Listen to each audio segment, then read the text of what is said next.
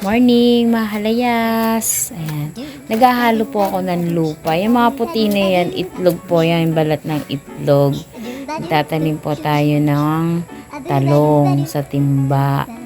Ayan. Ready na po ako magtanim, mahalayas. Dahil na-mix ko na yung lupa. Ayan. Simple lang. Kailangan natin ngayon na dumiskarte. Kasi may kamahalan ang mga bilihin, mga kalayas. Ayan, mahalayas, ready na to sa pagtatanim ko sa timba. Oh, ayan, lumaki na po siya. Meron naman na siyang bulaklak. Pag may namulaklak na, ready na po yan mamunga, mga kalayas. O, yung sili ko naman, pwede na po yan anihin kasi malaki na siya.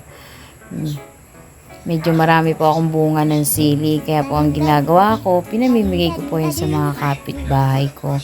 Sayang din kasi mahalayas. Ito naman yung okra ko. Malapit na po yan mamunga. Namumulaklak na sila, makakalayas. O anlusog, diba? Kahit sa maliliit na timba lang yan or paso. Basta kailangan yung lupa nyo, makakalayas, maganda.